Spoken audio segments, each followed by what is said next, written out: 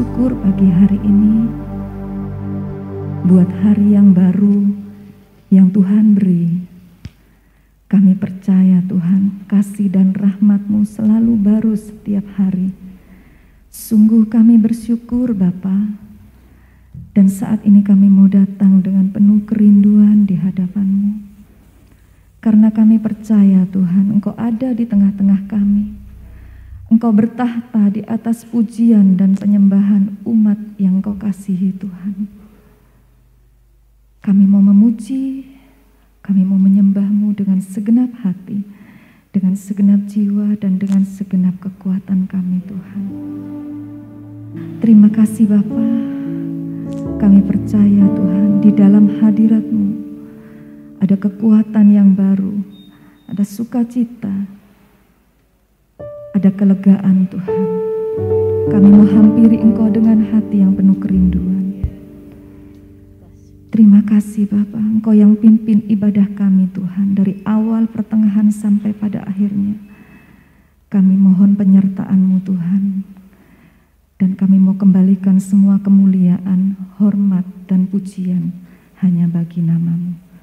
Di dalam nama Tuhan Yesus kami siap beribadah pagi hari ini. Haleluya. Amin.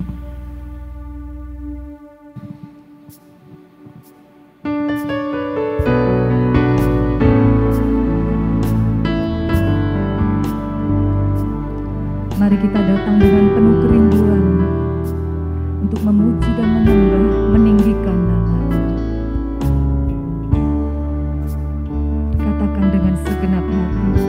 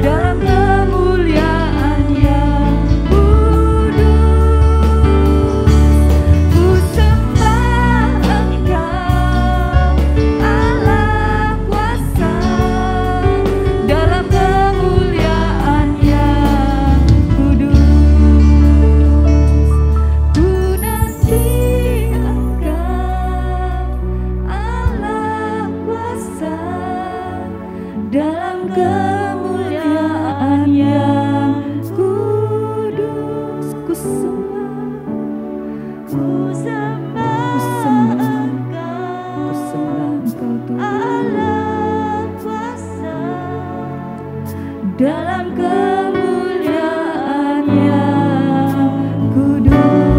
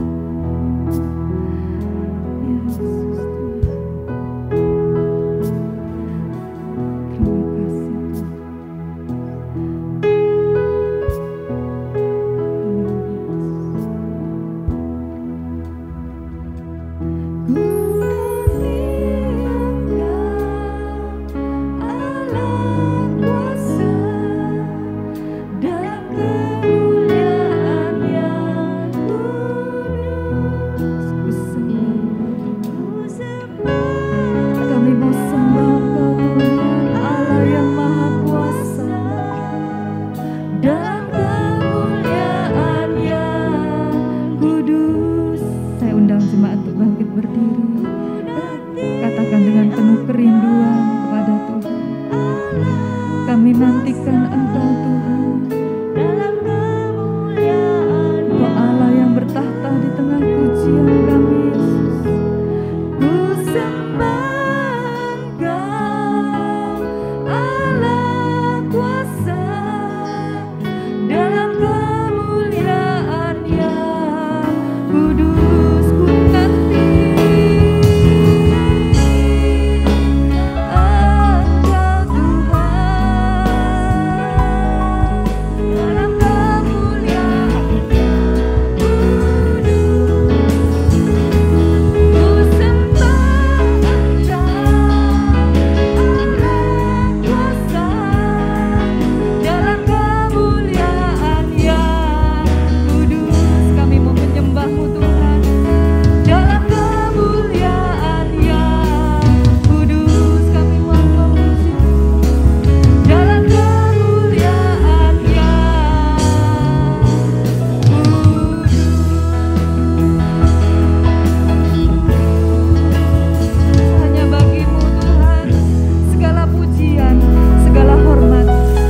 kemuliaan dari dulu sekarang sampai selama-lamanya Tuhan. Kami memberikan bagi Engkau Tuhan. Haleluya. Amin. Kita percaya kita punya Tuhan yang ajaib. Perbuatannya sungguh besar dalam hidup kita. Mari kita naikkan pujian ini dengan iman dan percaya bahwa kita punya Tuhan yang sungguh ajaib.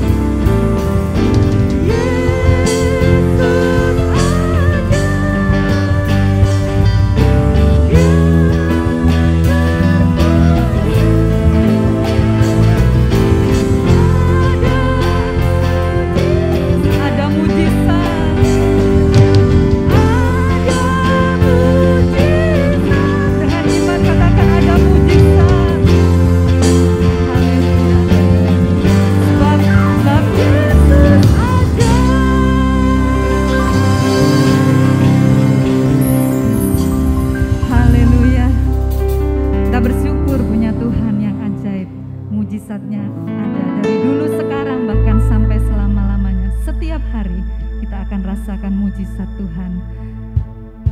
Haleluya. Biarlah kita tinggikan namanya, sebab Dia saja yang layak kita tinggikan. Nama Yesus, nama di atas segala nama.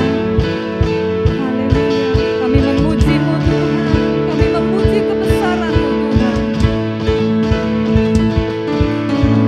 Tak terbayang kebesaran-Mu dan tak terbanding kekuatan-Mu Tuhan. Kau megah bagiku. Segenap jiwa dan pengharapan aku serahkan untuk rencana-Mu Tuhan. Katakan Raja atasku Tuhan. Kau yang layak ditinggikan.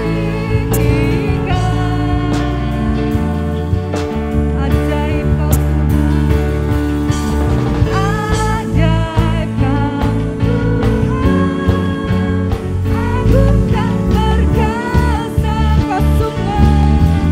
Kau sumber kemenanganku, layak berkuasa, memerintah selamanya. Yesus Kaulah Raja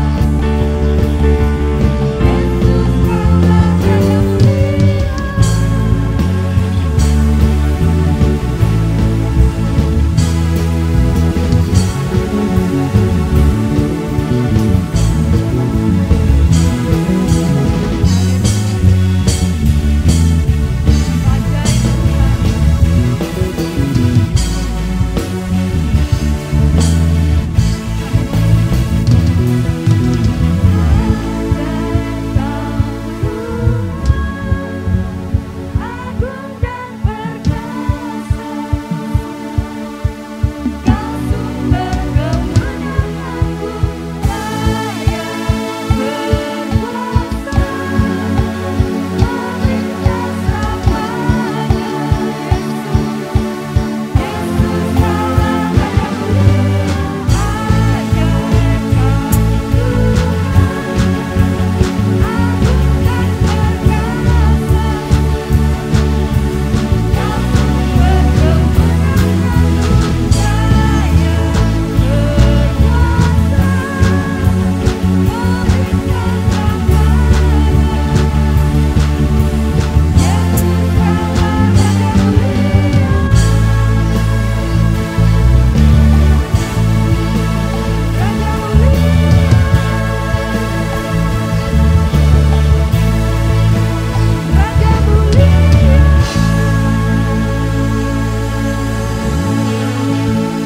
Haleluya. Kami bangga Tuhan punya Allah seperti-Mu.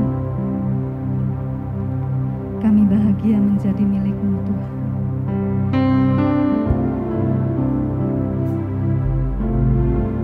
Kami bersyukur Tuhan. Kami percaya keajaiban-Mu Tuhan. Kami percaya kuasa-Mu. Kami percaya kasih-Mu Yesus. Kami bersyukur Tuhan.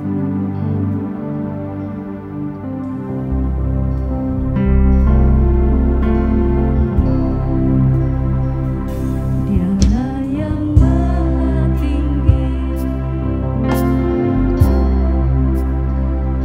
Dialah yang maha suci, Dialah Yesus.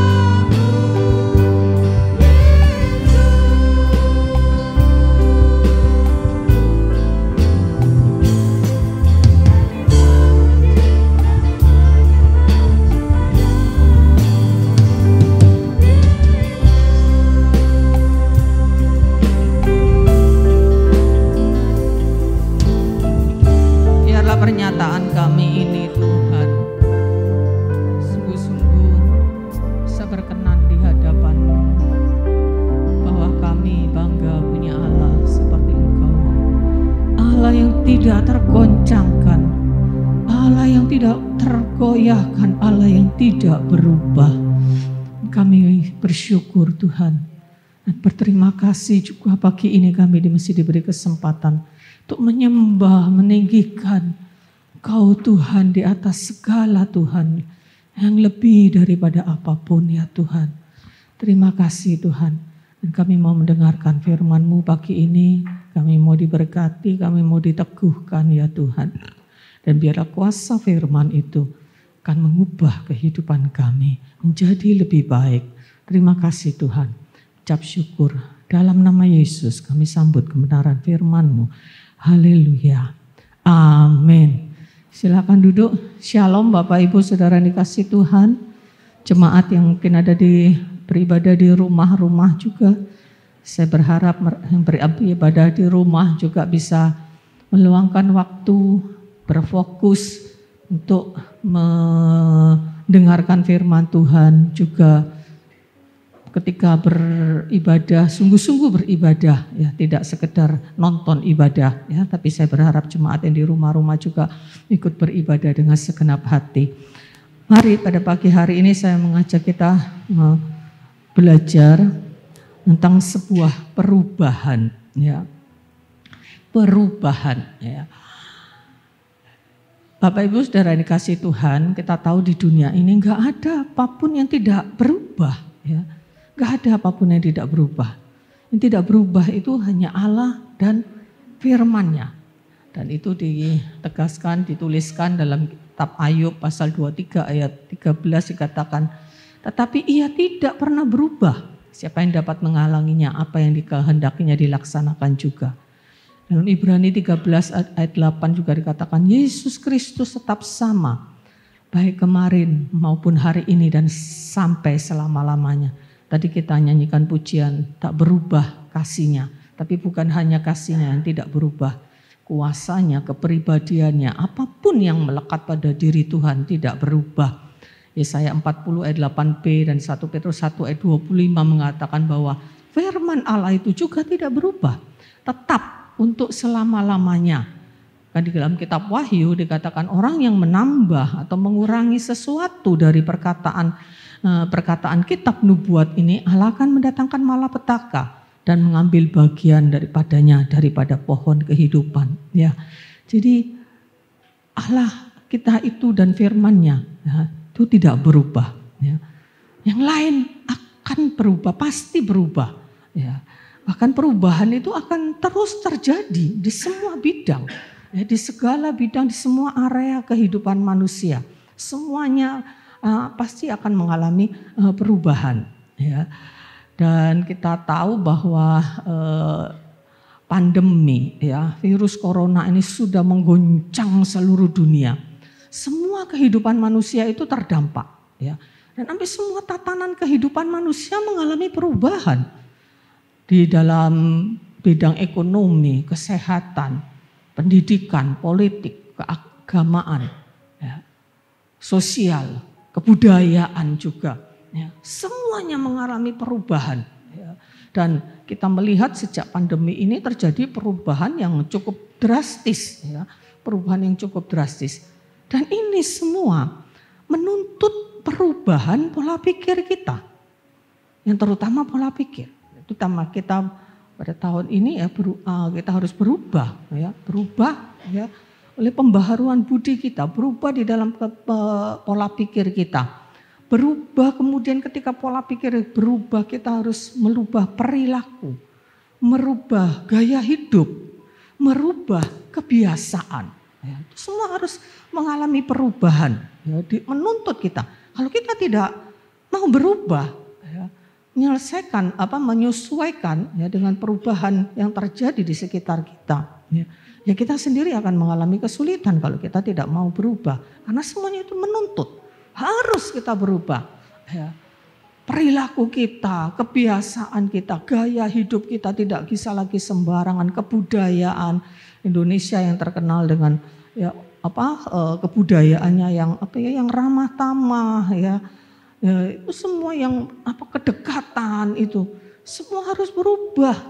Ya, nggak bisa ngumpul-ngumpul, ya. gak bisa silaturahmi, ya bahkan mudik pun sampai dilarang oleh pemerintah. Demikian kerasnya pemerintah melarang orang-orang mudik, ya enggak. Padahal itu budaya silaturahmi yang terjaga selama sekian puluh tahun, bahkan mungkin sekian ratus tahun. Harus berubah, ya. Semuanya harus berubah. Ya, tapi yang terpenting masalahnya bukan sekedar perubahan. Ya, kita harus melihat bahwa ada tujuan Allah, ya, di balik semua perubahan itu. Ya, ada tujuan Allah di balik semua perubahan. Ya, dan kita melihat ya tentang perubahan. Perubahan itu apa? Perubahan itu bisa berupa penambahan atau peningkatan atau sebaliknya. Perubahan itu berupa pengurangan atau bahkan penurunan. Itu intinya perubahan. Ya, namanya berubah itu hanya ada dua arah, ya, ke arah yang lebih baik, ya, atau ke arah yang lebih tidak baik, pengurangan. Ya. Kalau arahnya lurus saja itu namanya tidak ada perubahan. Ya, sesuatu yang lurus saja stagnan, tidak ada perubahan. Tapi namanya perubahan pasti bergerak, ya, bergerak naik atau bergerak turun. Ya. Tapi bukan itu tujuannya, bukan sekedar supaya semuanya berubah. Allah izinkan ya perubahan terjadi dalam hidup kita, ya bukan sekedar ya supaya terjadi peningkatan, bukan terjadi kalau pengurangan. Tentu itu sebetulnya tidak ada seorang pun yang mau berubah untuk menjadi lebih tidak baik atau menurun, pasti nggak ada. Kadang-kadang Tuhan harus izinkan itu terjadi, dan itu kadang-kadang juga terjadi dalam kehidupan kita karena kesalahan kita mungkin. Sehingga terjadi perubahan berupa penurunan kualitas hidup, ya, penurunan ekonomi mungkin. Bisa terjadi karena mungkin kita salah bersikap, salah mengelola. Ya. Nah, mari kita melihat ya sekarang bahwa di balik semua perubahan itu ada rancangan Allah. Ya. Ini tujuan yang utama. Jadi ada rancangan Allah di balik semua perubahan. Ya. Yang pertama bahwa perubahan itu adalah seperti kendaraan atau tangga yang disediakan oleh Allah bagi kita untuk meningkat. Sekali lagi sebetulnya tidak ada orang mau berubah ke arah yang lebih buruk. Tuhan juga tidak pernah punya tujuan ya, melakukan perubahan orang menjadi lebih buruk. Ya, tidak, pasti inginnya lebih baik. Ya, jadi perubahan itu adalah sarana, kendaraan, tangga yang disediakan oleh Allah bagi kita untuk meningkat, menjadi lebih baik, bahkan sampai mencapai rencana kemuliaannya. Itu rencana besar Allah. Ya, jadi tidak sekedar penambahan, ya, tidak sekedar peningkatan, tapi sampai kepada rencana besar Allah, yaitu untuk kita mencapai rencana kemuliaannya. Ya. Tanpa perubahan kita tidak akan bisa mencapai rencana kemuliaan Allah. Jadi perubahan itu harus kita lewati. Kalau kita mau mencapai tingkat yang lebih tinggi, harus melewati ini perubahan. Tidak ada jalan instan, tidak ada jalan meloncat, harus melewati. Ya kan, melewati tangga. Kalau orang naik tangga, ya itu naik tangga setingkat demi setingkat, ya, tidak mungkin bisa langsung loncat. Jadi ini seperti tangga, mungkin tepatnya disediakan oleh Allah ya, untuk kita meningkat menjadi lebih baik. Jadi ini rancangan Allah atas sebuah perubahan ya, yang pasti kita hadapi ya, setiap saat. Nah yang kedua, perubahan itu adalah saringan, ya, seperti saringan dari Allah untuk memurnikan kita. Untuk menemukan potensi terbaik dan membuang segala yang buruk. Itu merupakan saringan yang Allah sediakan ya, untuk menemukan ya, potensi terbaik ya, dan membuang segala yang buruk.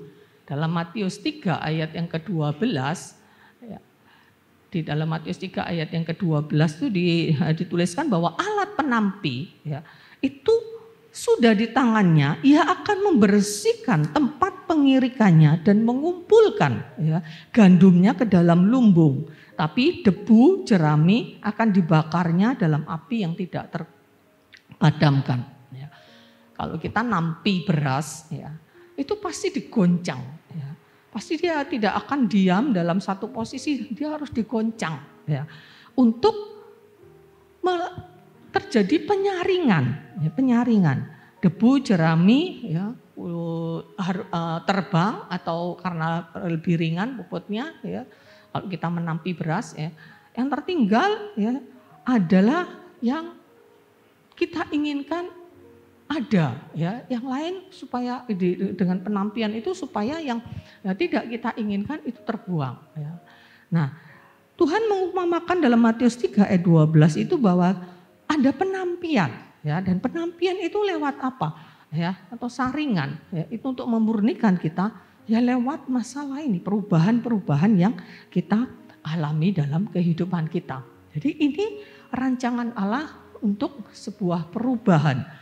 Jadi yang pertama, perubahan itu adalah tangga atau kendaraan untuk kita mencapai tingkat yang lebih baik sampai menggapai rancangan kemuliaan Allah.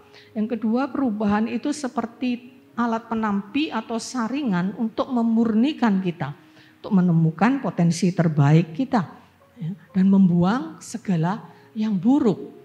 Jadi sesungguhnya kalau kita melihat bahwa perubahan ini adalah sesuatu yang positif yang harus kita terima, asal kita harus meresponnya dengan benar.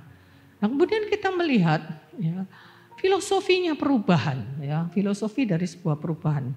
Ya, filosofi ini apa ya, seperti makna, ya, makna sebuah perubahan atau apa ya, saya lupa mencari kata tepatnya tentang filosofi, tapi saya yakin Bapak Ibu tahu, ya, filosofi perubahan, bahwa perubahan itu adalah tanda kehidupan dan pertumbuhan. Hanya benda mati, ya, yang tidak mengalami perubahan, walaupun ya bisa terjadi karena faktor alam, katanya batu yang besar itu, ya, kalau terus menerus, ya, ditetesi air lama-lama akan berubah juga, ya.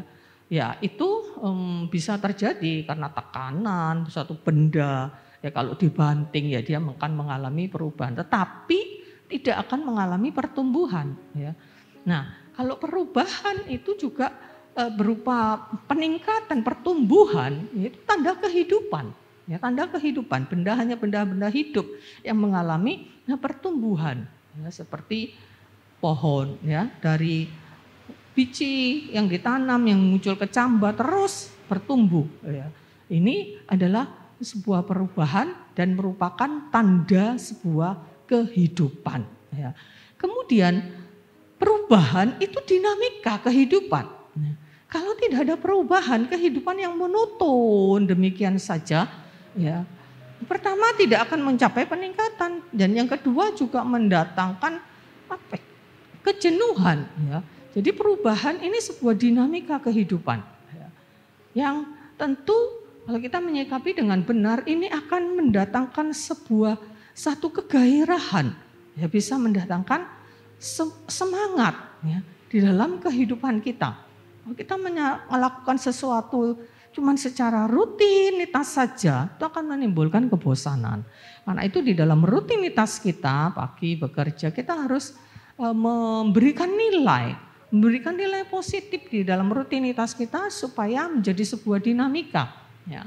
Harus ada mungkin perubahan-perubahan yang dilakukan untuk menghasilkan sebuah dinamika kehidupan yang bisa menggairahkan dan memberi semangat kepada kita. Itu filosofi perubahan yang kedua. Yang ketiga, perubahan itu memberikan harapan. Ya.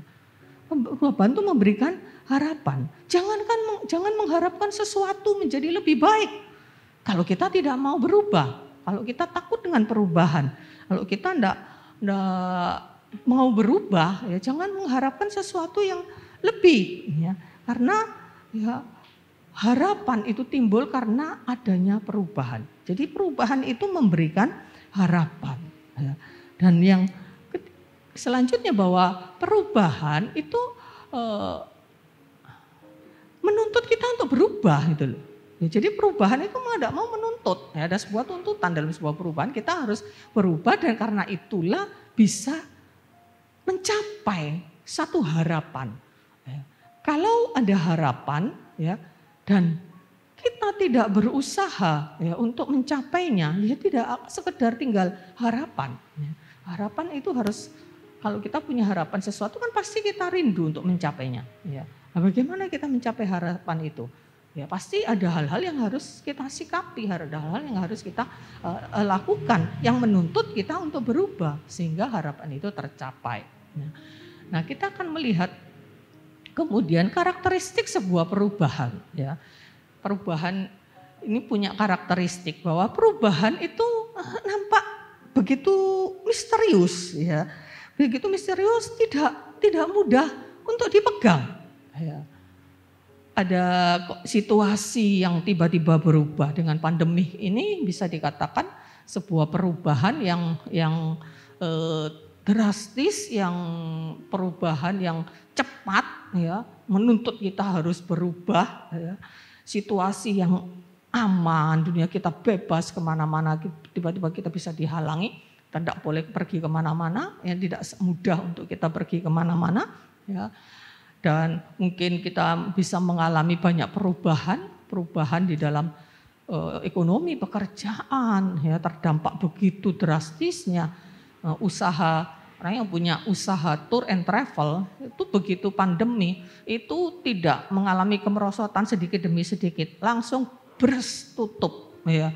Teman saya SMA itu punya usaha tour and travel, ya, langsung bers tutup. Ya, penjualan tiket pesawat tidak ada orang tur sama sekali. Ya, yang ada yang usaha-usaha yang lain yang mungkin mengalami penurunan tidak drastis. Usaha-usaha pariwisata, ya, ada usaha-usaha yang menurun langsung drastis. Ya. Misterius memang perubahan itu. Ya, tidak mudah dipegang. Ya. Ada orang-orang yang mungkin dulu kita andalkan, kita harapkan. Ya.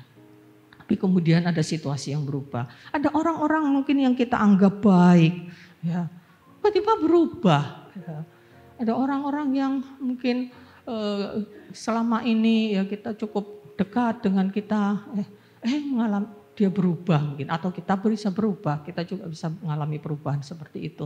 Jadi perubahan itu sesuatu yang sepertinya misterius gitu, gak bisa dipegang. Oh, pasti terjadi seperti ini. Ya, oh besok, ya, makanya di dalam kitab Yakobus itu ada orang mengatakan, oh besok saya mau pergi ke kota ini, saya mengatakan ini, ya, nggak bisa dipegang. Ya. Ayat itu dikatakan biarlah ya kalau kehendak Tuhan biarlah itu terjadi. Ya. Tapi bukan berarti kita tidak perlu merancangkan sesuatu, ya, karena takut dengan perubahan, ya. Kita juga tidak akan meraih sesuatu tanpa kita ikut dalam sebuah perubahan. Tapi yang pasti kita harus memiliki kesiapan, ya. Dan perubahan itu bisa terjadi setiap saat gitu, tidak bisa diprediksi, ya. Unpredictable, nggak bisa diprediksi. Ya kita harus punya planning ya dalam segala hal, ya, dalam usaha. Ya kita memang punya planning, ya. Harus begini seperti ini, ya kita harapkan tahun depan kita akan melakukan perubahan di usaha ini, kita akan menambah ya, seperti ini. Kita harus punya planning gitu loh. Ya. Nah, tapi yang namanya perubahan ya itu tidak bisa kita prediksi. Ya. Kita harus merencanakan sesuatu sebaik mungkin.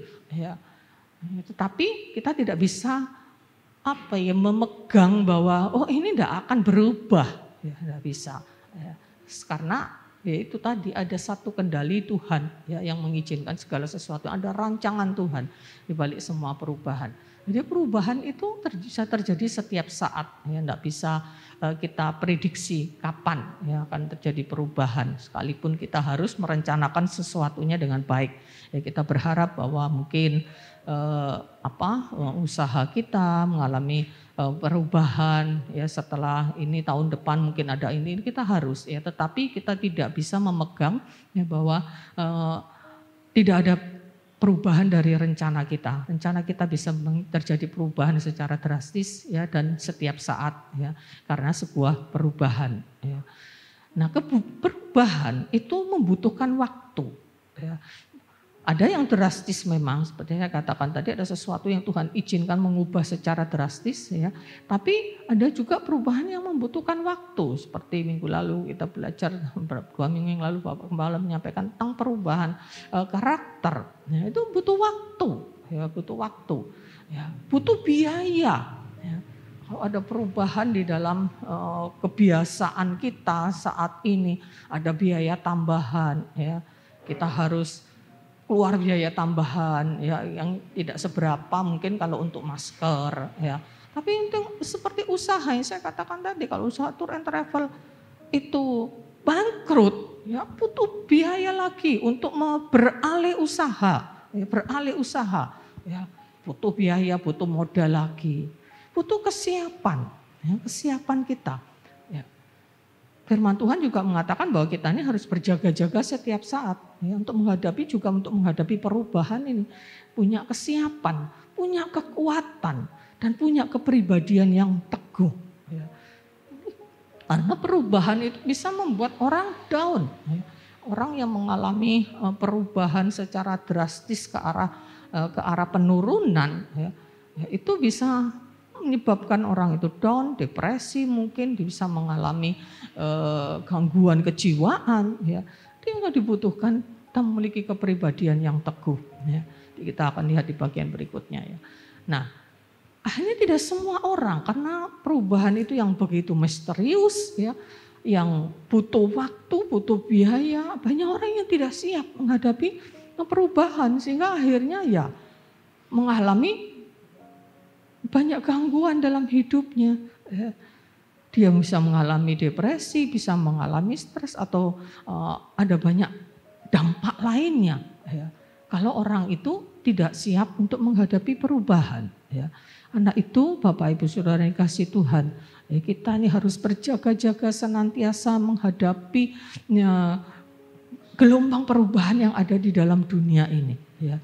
Kita harus percaya, kita harus bersyukur bahwa kita di dunia ini tidak lama, ya, tidak lama, ya, nggak tahu kurang berapa tahun, saya nggak tahu usia saya sampai berapa, ya, bisa setahun lagi, bisa berapa bulan lagi, ya bisa, tapi relatif singkat, ya, relatif singkat, ya. 80, ada yang bertahan sampai 90, ya. 100 ya sudah rasanya kecil ya, sedikit ya kemungkinannya. Ya, tinggal berapa puluh tahun lagi. Setelah itu masih ada kehidupan yang jauh lebih panjang yang tidak berkesudahan. Jadi mari kita menyikapi kehidupan kita selama di dalam dunia ini ya dengan satu gairah, dengan satu sikap yang benar, dengan kekuatan, dengan keteguhan, kalaupun harus mengalami goncangan-goncangan yang Tuhan izinkan untuk merubah kita, untuk menyaring kita. Ya, mari kita terus bertahan. Ya. Tidak lama ya, kita hidup dalam dunia ini. Kita sudah menjalani sekian puluh tahun. Ya. Mungkin di antara kita saat ini siapa ya yang paling tua? Bapak Gembala mungkin ya. Pak Soni belum ya, masih lebih tua Bapak Gembala. Pak Rahmat belum, berapa? 60. Sudah 70. Oh sudah 71 Pak Rahmat ya, mungkin di sini Pak Rahmat yang paling tua. Tapi tidak tahu juga, belum tentu juga, bisa-bisa ya yang lain yang lebih muda yang duluan ya, tapi yang pasti relatif tidak lama hidup kita di dalam dunia ini ya. Jadi kita harus siap ya dengan segenap kekuatan untuk menghadapi ya perubahan-perubahan yang Tuhan ingin, yang kita harus imani bahwa perubahan yang Tuhan izinkan terjadi dalam hidup kita adalah untuk meningkatkan kita. Tanpa peningkatan tidak ada tanpa perubahan tidak ada peningkatan. Ya. Dan kita melihat contoh yang satu kisah yang cukup legendaris, yaitu yang kita tahu semua, Ayub bagaimana merespon dengan benar goncangan perubahan yang dialaminya. Goncangan perubahannya itu enggak digoncang pelan-pelan gini, enggak. Tuhan menggoncang perubahan dalam kehidupan Ayub. Dalam sehari seluruh harta kekayaannya habis, anak-anaknya habis. Tidak lama dia mengalami sakit, goncangan perubahannya demikian rupa. Dan bagaimana Ayub bisa bersikap dengan benar. Beberapa hari yang lalu saya melihat ada sebuah postingan ya, 4 ungkapan Ayub itu yang memberikan kekuatan bahwa dia berkata bahwa segala sesuatu itu dari Tuhan, ya. Tuhan yang memberi, Tuhan yang mengambil, ya. Dan dia dalam segala hal dia tidak berdosa kepada Tuhan. Dia lahir dengan telanjang katanya. Ya kalau dia punya apa-apa itu juga dari Tuhan, ya. Dan merespon dengan benar goncangan perubahan yang dialaminya. Dan hasilnya dia mengalami pemulihan, bahkan peningkatan 2 kali lipat. Pada akhirnya Tuhan pulihkan, harta kekayaan dia kembalikan 2 kali lipat. Anak-anaknya Tuhan kembalikan. Ya enggak tahu dari istri yang itu atau istri yang lain, ya tidak jelas di situ. Ya karena ketika goncangan itu terjadi istrinya tidak siap. Ya, istrinya tidak siap. Dia katakan kepada Ayub, masihkah engkau yang mau beribadah kepada Allah? Ya, hujatlah Allahmu, matilah. Ya, tidak siap. Ya, tetapi kita melihat Ayub merespon dengan benar. Ya, ya kalau menghadapi goncangan seperti itu, ya, kalau dikatakan orang itu siap ya 100%, ya mungkin ya tidak juga. Kita lihat Ayub, ya ada saat-saat dia di mana dia berkeluh kesah kepada Tuhan. Bahkan dia sempat mengutuk hari kelahirannya, ya. Tetapi secara mental dia memiliki pemikiran yang sudah benar bahwa dia lahir itu telanjang, dia tidak bawa apa-apa, bahwa apapun yang dia punya itu semuanya dari Tuhan. Ya, dia memiliki kesiapan mental yang seperti itu, ya. Sehingga ketika ada goncangan-goncangan bahkan dari sahabat-sahabatnya, ya, yang bertubi-tubi ya, menuduh dia bahwa dia sudah bersalah, mendesak dia untuk mengakui kesalahannya, untuk bertobat karena tidak mungkin ya kalau orang itu tidak berdosa mengalami seperti itu, ya dia sempat berkeluh kesah, tapi secara mental dia siap, ya. Jadi kita melihat bagaimana ya, dia siap menghadapi perubahan goncangan itu dan mengalami saringan dari Allah itu, dan Tuhan pulihkan, bahkan terjadi peningkatan 2 kali lipat. Ya. Inilah karakteristik ya sebuah perubahan. Ya. Dan gereja atau orang percaya ya, ini harus bisa menangkap ya gagasan-gagasan Allah yang terus bergerak maju melalui pewahyuan-pewahyuan yang progresif. Gitu. Firman Allah tidak berubah. Ya. Firman Allah tidak berubah, tetapi pewahyuan Allah itu bergerak secara progresif. Ada hal-hal yang belum dibukakan. Ya. Di dalam kitab Wahyu itu ada beberapa materai yang masih bakal akan dibukakan. Ya, ada hal-hal yang juga belum digenapi mungkin, ya, apa yang Tuhan rancangkan. Ya, firman Allahnya tidak berubah, tetapi pewahyuan itu ya bergerak maju secara progresif, dan itu harus menuntut kita menyikapi dengan benar, menangkap. Oh iya, ya, gagasan Allah ya, di dalam kehidupan kita sebagai umat Tuhan secara korporat maupun secara pribadi, ya, itu bergerak maju, ya, tidak langsung. Ya, kita tahu bahwa dalam kehidupan kita saja, ya, kita mau meningkat, ya, menuju kepada kesempurnaan, ya, bagaimana kita mengubah ya karakter kita demi karakter ya Tuhan itu bertahap secara progresif. Kita harus menangkap gagasan-gagasan Allah ya, yang terjadi dalam kehidupan kita secara pribadi ya, maupun secara korporat bersama-sama dengan seluruh umat Tuhan sebagai gereja Tuhan. Ya, kita harus percaya bahwa Tuhan punya rancangan yang berupa peningkatan demi peningkatan di dalam kehidupan kita. Maka kita harus menangkap, oh ya kok saya mengalami ini ya. Ya kok saya diperlakukan seperti ini ya Tuhan. Ada satu goncangan yang terjadi, goncangan perubahan yang terjadi dalam kehidupan kita. Kita harus bisa menangkap gagasan-gagasan Allah itu dan bergerak maju sesuai dengan rancangan Tuhan.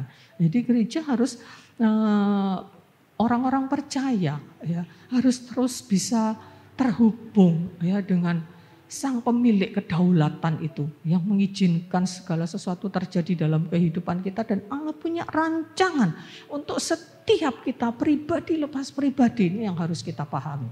Allah punya rancangan. Jangan kita ya pokoknya hidup mengalir begitu saja. Ya pagi rutinitas ya kerja ya sampai mungkin sampai sore, mungkin sampai jam malam ya. Kita harus percaya Tuhan punya gagasan-gagasan, rancangan-rancangan bagi kita setiap pribadi lepas pribadi. Dan kita harus bisa menangkap itu supaya kita bergerak maju sesuai dengan gagasan-gagasan yang Allah rancangkan untuk setiap kita. Dan kita harus percaya bahwa Tuhan punya rancangan yang baik untuk setiap kita. Kalau saat ini mungkin kita mengalami kehidupan kita sepertinya dalam penurunan, kemerosotan mungkin ya gara-gara banyak hal ya. Pandemi ini mau tidak mau dengan orang dengan ada larangan, ada waktu sebelumnya untuk kumpul-kumpul, orang tidak beribadah ya, otomatis itu bisa berdampak gitu. Saya nggak yakin kalau orang-orang tuh ibadah online, ya ibadah online, gairahnya, spiritnya sama dengan ibadah onsite seperti ini. Ya. Saya ketika sebelum gereja dibuka, ya kita di pastori ini kita bersyukur karena kita banyak ya, beberapa orang, ada 12 orang seisi pastori. Kita masih bisa beribadah bersama-sama. Ya, walaupun lewat tayangan di YouTube yang ditayangkan lewat LCD projector, jadi kita masih bisa seperti suasana ibadah. Ya, kita ibadah, kita nyanyi, muji Tuhan. Tapi kalau sendiri, itu saya nggak yakin. Jadi kalau ada orang nggak apa-apa, ya sering kali beberapa orang yang saya kata yang nggak pernah ikut, tetap nggak pernah ikut ibadah.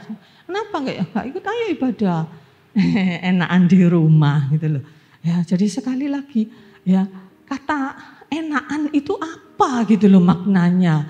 Ya maknanya itu apa? Kalau itu membuat sebuah kenyamanan karena bisa lebih santai ya, bisa lebih enggak usah repot-repot datang, bisa kapan saja. Ya, dan itu membuat kenyamanan daging kita. Kita harus waspada. Ini bukan sebuah perubahan ke arah yang positif, ya. Bukan sebuah arah yang positif. Ya. Kalau memang pandemi ini, saya beberapa waktu yang lalu dengar khotbah di YouTube, ada seorang hamba Tuhan mengatakan, ya, kedahsyatan virus corona ini luar biasa. Tidak ada satu orang pun sebetulnya bisa melarang orang ke gereja, pemerintah sekalipun. Kecuali di negara-negara komunis mungkin, ya dilarang orang ke gereja. Tapi di negara, apalagi di negeri kita yang berdasarkan Pancasila, ketuhanan yang Maha Esa gitu, hak asasi orang itu dijamin. Ya, tidak ada pemerintah bisa menghalangi, melarang gereja tidak boleh buka, tidak ada yang bisa. Ya, tapi virus corona berhasil menutup gereja di seluruh dunia, sekalipun untuk beberapa waktu. Tutup total, orang tidak boleh beribadah, tidak boleh kumpul-kumpul. Ya. Ini sebuah perubahan. Ya. Nah, loh, apa rancangan Tuhan di balik semua ini? Ini kan sepertinya menjadi sebuah penghambat ya bagi kemajuan rohani seseorang begitu. Ya, ya sesungguhnya kalau kita mau maju, kita harusnya juga tidak terhalang. Ya. Tetap kita bisa beribadah. Kalau dulu belum bisa ibadah di gereja, kita ibadah online. Kita masih harus berusaha. Saya rasa usahanya cukup berat untuk kita bisa fokus melihat dengan tontonan itu. Ya, kita bisa fokus di situ tuh butuh usaha yang lebih berat loh. Ya, saya pernah coba ya, ikut dengan ibadah online ya di mana. Ya, butuh kekuatan, butuh energi yang lebih untuk bisa fokus. Ya. Tidak ada gangguan apa. Kadang, aduh ini kayaknya, inilah ya. Udah kita percepat atau kita skip bagian-bagian tertentu. Ya. Tak mudah. Ya. Tapi kalau kita mau usaha sungguh-sungguh, memang waktu itu tidak bisa ibadah secara onsite seperti ini. Ya mau apa lagi? Ya kalau kita tidak mau mengubah, bisa menarik, bisa menangkap ya, gagasan-gagasan Allah bahwa kita tetap harus berubah ya, dalam tata cara ibadah. Ya. Ya, kita tetap percaya bahwa ada rancangan Tuhan yang baik di balik semua perubahan itu. Jadi gereja harus bisa menangkap itu ya, dan kita harus bisa menerima, ya, menerima dan ikut dalam gelombang perubahan yang dikerjakan oleh Roh Kudus. Ya. Ada gelombang-gelombang perubahan yang dikerjakan oleh Roh Kudus. Ya. Tapi harus sangat berhati-hati terhadap penyesatan yang juga makin hari makin bergerak cepat, makin marak. Ya. Penyesatan itu yang jelas-jelas sesat. Kadang-kadang mungkin kita kalau tidak jeli, ya, kita tidak bisa tahu, ya, bahwa ini sesat. Ya.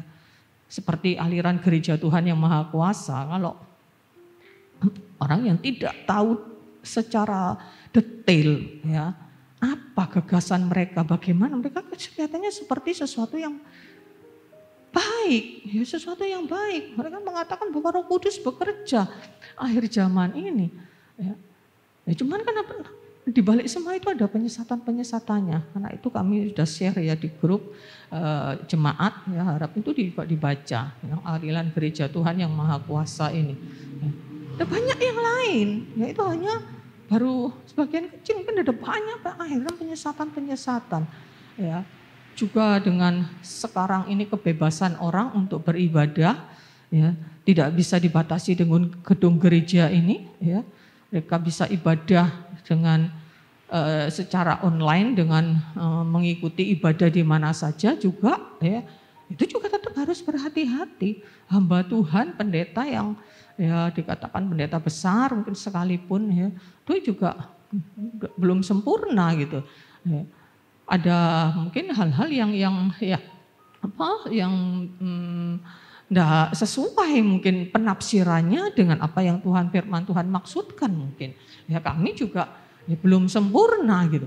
Ya, tapi kita punya Tuhan, punya Roh Kudus, ya, kita punya firman Tuhan yang oleh aliran gereja Tuhan yang Maha Kuasa itu dianggap sesuatu yang sudah usang, ya, sehingga ada lagunya bahwa Alkitab itu menghambat orang untuk mengalami pekerjaan kuasa Tuhan.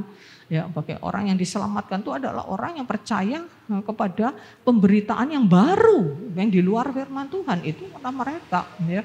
Nah, tetapi kita percaya bahwa firman Tuhan ini adalah kebenaran, ya. Firman-Mu adalah kebenaran, Yohanes 17 ayat 17. Jadi kita harus menerima dan ikut dalam gelombang perubahan, tapi kita harus berjaga-jaga, kita harus waspada, ya. Kita harus waspada, ya. Ada salah satu jemaat, ya, yang dia diajak temannya yang bukan jemaat di tempat ini untuk ikut, ya, seperti PA gitu, ya, dari salah satu gereja, aliran gereja itu. Ya, dia merasa ada yang aneh karena istilah-istilahnya, ya. Dan dia tanya ke kami, ini kira-kira saya takut sesat katanya, kok aneh-aneh istilahnya. Ya, ternyata ya kami tahu bahwa itu sebenarnya tidak sesat, cuman mereka pakai istilah-istilah yang enggak umum gitu aja, ya. Jadi mari kita bisa menjaga diri kita, ya, terutama dekat dengan Tuhan, ya, dekat dengan Tuhan. Ya, untuk kita bisa tahu, ya, untuk kita bisa menerima pimpinan Tuhan di dalam kehidupan kita, ya. Jadi hati-hati terhadap khotbah, pengajaran, ya. Kita harus berpegang kepada yang tidak berubah dan tidak tergoncangkan. Bagian yang terakhir bahwa dalam Ibrani ya 12 ya ayat 26 katakan waktu itu suaranya mengguncang bumi, tetapi sekarang ia memberikan janji, satu kali lagi aku akan menggoncangkan bukan hanya bumi saja melainkan langit juga. Ungkapan satu kali lagi menunjuk kepada perubahan pada apa yang dapat digoncangkan. Ya, karena ia dijadikan supaya tinggal tetap apa yang tidak tergoncangkan. Semuanya akan digoncang supaya nampak apa yang tidak tergoncangkan. Ya, di ayat yang ke-28. Jadi karena kita menerima apa itu yang tidak tergoncangkan. Kerajaan Allah yang tidak tergoncangkan. Marilah kita mengucap syukur dan beribadah kepada Allah menurut cara yang berkenan kepadanya dengan hormat dan takut. Sebab Allah kita adalah Allah yang menghanguskan. Jadi harus kita berpegang kepada kerajaan Allah. Jadi anak Tuhan yang sungguh-sungguh berpegang, ya, tetap ada di dalam kerajaan yang tidak tergoncangkan ini, kerajaan Yesus Kristus. Ya, dan kita harus sungguh-sungguh melekat kepada Tuhan, ya mendekatkan diri kepada Tuhan, ya, dan suatu saat semuanya akan digoncangkan, hanya kerajaan Allah yang tidak tergoncangkan. Tinggal tetap di dalam Kristus, jangan jauh, setia berdoa, beribadah, merenungkan firman Tuhan. Hanya itulah kekuatan kita menghadapi goncangan-goncangan perubahan yang akan terus terjadi. Ya, jadi Bapak Ibu Saudara, ya, bagian penutup kita lihat tidak semua perubahan itu berupa peningkatan, tapi tanpa perubahan tidak akan ada peningkatan. Ya, jadi ingat, tidak semua perubahan berupa peningkatan, bisa berupa penurunan. Tapi kalau kita tidak mau berubah, tidak akan ada peningkatan. Berhenti berubah, ya berhenti pula kehidupan kita. Ya, mati, mungkin tidak secara fisik, ya, tapi kehidupan kita seperti ya begitu saja. Ya, tidak ada dinamika di dalam kehidupan kita. Dan kita harus ingat, tidak pernah terlambat untuk berubah. Ya, jadi sekapanpun kita bisa berubah asal kita mau. Masalahnya bukan bisa atau tidak bisa, tapi masalahnya adalah mau atau tidak mau. Dan kita harus waspada terhadap strategi iblis yang menghalangi umat Tuhan untuk berubah. Ya, strategi iblis, wes lah, gak usah macam-macam, wes gini aja, ya, wes lah enak gini. Ya, waspadai, ya tipu daya iblis untuk membuat kita tetap ada di dalam zona nyaman. Ingat seperti yang saya sampaikan beberapa bulan lalu, tidak ada pertumbuhan di dalam zona nyaman, ya, dan tidak ada kenyamanan di dalam zona pertumbuhan. Ya, jadi mau kita harus keluar, ya, dari zona nyaman kita. Jangan ya enak gini, ya, tapi kita harus percaya bahwa Tuhan menggoncang, Tuhan menyaring kita, ya, untuk kita mengalami sesuatu yang lebih baik. Amin.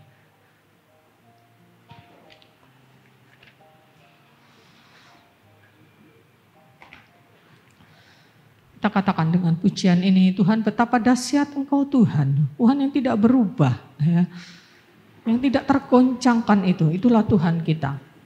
Kita berpegang kepada Allah yang tidak tergoncangkan. Kita berpaut, yang melekat, ya, dengan Allah yang tidak tergoncangkan itu. Maka kita juga, ya, tidak akan terbawa arus goncangan perubahan. Tapi justru kita akan masuk di dalam rencana kemuliaannya.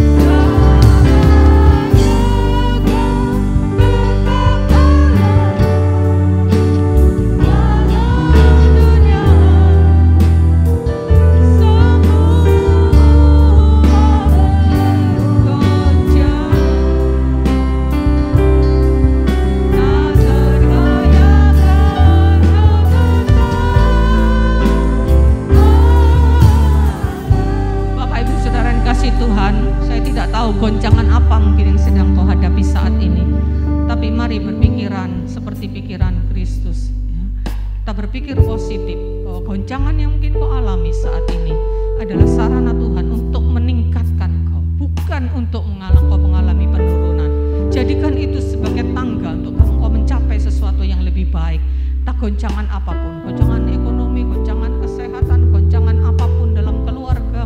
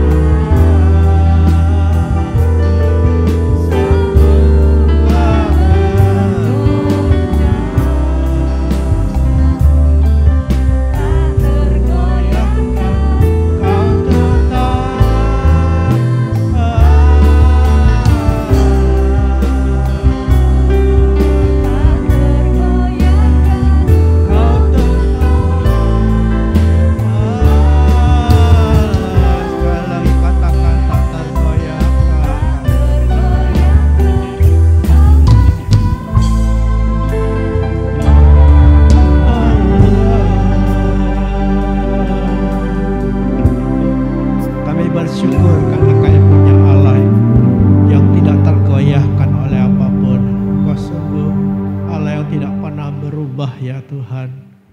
Itu sebabnya kami boleh menyerahkan diri kami ke dalam tangan-Mu. Karena Engkau Allah yang tidak pernah membiarkan kami sendiri. Dan itu janji-Mu ya Tuhan tidak pernah berubah. Terima kasih ya Tuhan. Engkau tolong kami. Kami boleh menyikapi firman-Mu dengan benar ya Tuhan. Kami tahu Tuhan ada banyak hal yang kurang dalam hidup kami. Yang kami harus berubah ya Tuhan. Tolong kami untuk memahami dan menyadari keadaan kami. Agar kami terus dirubah. Kami menjadi serupa dengan gambaran anak-Mu sendiri. Tolong kami ya Bapa. Berikan kami kemampuan untuk menerima apa yang Kau kerjakan dalam hidup kami. Kau mengampuni kami ya Tuhan. Karena banyak kali Engkau menolak tangan-Mu yang menjamah kami untuk mengubah kami. Tolong kami ya Bapak, biar firman-Mu tertanam dalam hati kami dan boleh merubah hidup kami ya Bapak. Terima kasih, tanamkan firman-Mu dan tolonglah kami, berkatilah kami pagi hari ini ya Bapak. Terpujilah Engkau ya Tuhan. Terima kasih Tuhan. Mari kita akan berkati negeri kita dan kata-kata iman kita. Di dalam nama Tuhan Yesus Kristus, diberkatilah Indonesia. Amen. Diberkatilah dari presiden sampai pemimpin di daerah-daerah. Amen. Diberkatilah Indonesia dengan keamanan. Amen. Diberkatilah dengan kemakmuran. Amen. Diberkatilah dengan kesehatan. Amen. Diberkatilah para tim medis yang sedang bekerja untuk menangani virus corona. Amen. Diberkatilah Kabupaten Probolinggo. Amen. Diberkatilah orang-orang percaya di Kabupaten Probolinggo. Amen. Di dalam nama Tuhan Yesus Kristus. Bapa kami yang di surga, kuduskanlah nama-Mu, datanglah kerajaan-Mu, jadilah kehendak-Mu di bumi seperti di surga. Berikanlah kami pada hari ini makan kami yang secukupnya, dan ampunilah kami akan kesalahan kami, seperti kami juga mengampuni orang yang bersalah kepada kami. Dan jangan bawa kami ke dalam pencobaan, tetapi lepaskanlah kami daripada yang jahat. Karena Engkau-lah yang punya kerajaan, kuasa, dan kemuliaan sampai selama-lamanya. Amin. Terima kasih ya Bapa. Kami boleh menyerahkan sekali lagi hidup kami dalam tangan-Mu. Seluruh keluarga kami, anak-anak kami boleh menyerahkan keberadaan kami semuanya. Engkau memberkati rumah tangga kami, berkatilah pekerjaan kami. Kami juga teringat saudara-saudara kami yang sakit Tuhan. Kau jamah mereka, sembuhkan mereka. Tetapkan iman mereka untuk terus berharap kepadamu ya Bapa. Terima kasih, kami mohon juga perlindungan tangan-Mu menyertai kami. Dimanapun kami ada dan pergi ya Tuhan. Engkau terus menolong kami. Engkau terus membawa kami untuk mengalami Engkau. Ya Bapa, lindungilah kami dari semua yang jahat. Dan biar kasih-Mu memancar lewat hidup kami ya Tuhan. Terima kasih Bapak, kami serahkan sekali lagi hidup kami pada saat di dalam tangan-Mu. Kami persembahkan bagi kemuliaan-Mu ya Tuhan. Terima kasih, bekerjalah terus. Memberkati pekerjaan Tuhan tempat ini. Ya Tuhan, baik pekerjaan Tuhan hari-hari akan mendatang ini. Engkau terus bekerja ya Tuhan. Kami berdoa untuk rekaman-rekaman. Engkau berkati sehingga juga boleh memberkati kami yang beribadah di rumah juga. Terima kasih, kami persembahkan sekali lagi hidup kami, ibadah kami, dan doa kami ini di dalam nama Yesus Tuhan dan Juru Selamat kami. Jemaat yang dikasihi Tuhan, turunlah atasmu semua berkat dari Bapa itu yang akan melimpah dalam hidupmu, kekuatannya, pertolongannya. Dan Yesus Kristus dengan damai sejahtera dan kasih yang besar itu akan terus memenuhi hidupmu. Roh Kudus menuntun, membentuk saudara sekalian, memakai saudara sekalian menjadi berkat bagi banyak orang. Di dalam nama Tuhan Yesus Kristus. Amin.